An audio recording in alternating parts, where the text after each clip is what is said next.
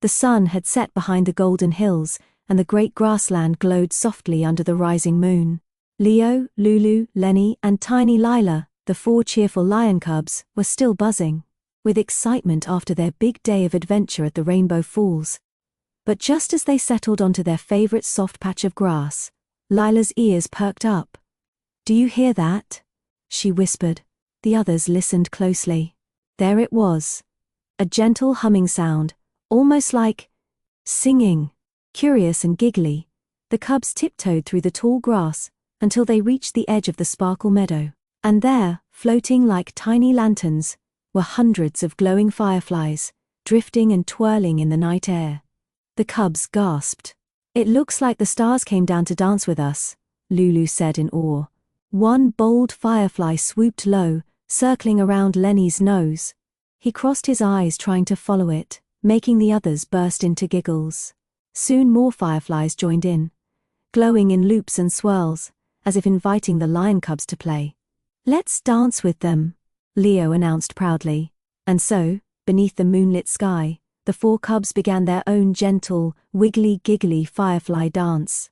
They hopped on their paws, swished their tails, and spun in slow circles so they wouldn't scare the shimmering lights away. The fireflies shimmered brighter. The stars above twinkled merrier. The cubs felt like they were part of one grand, glowing celebration. But suddenly, whoosh, a gentle night breeze blew over the meadow, carrying a soft, musical sound. Lila gasped. "That's not the fireflies, that's something else." From the shadows emerged a tiny bird, no bigger than a leaf, glowing silvery blue like the moon. It fluttered in front of them, chirping a tune that felt warm and sleepy. "A moonbird," Leo exclaimed. "Mama told us stories about them."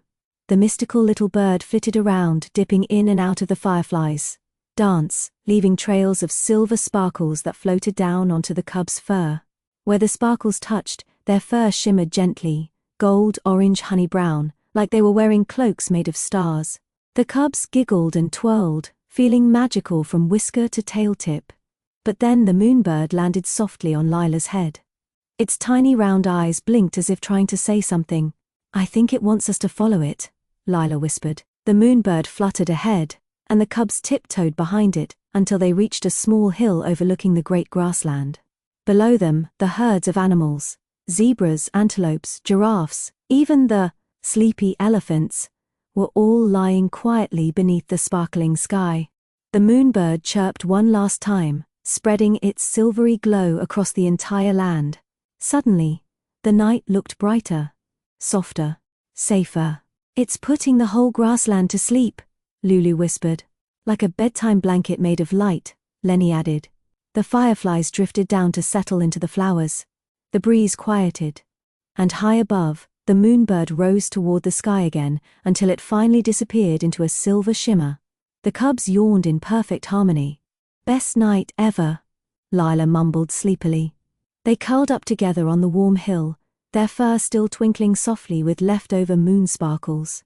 And as the peaceful night wrapped around them like the gentlest hug, the lion cubs drifted off to the dreamiest, coziest sleep they'd ever had, ready to wake up for another incredible adventure in the great grass.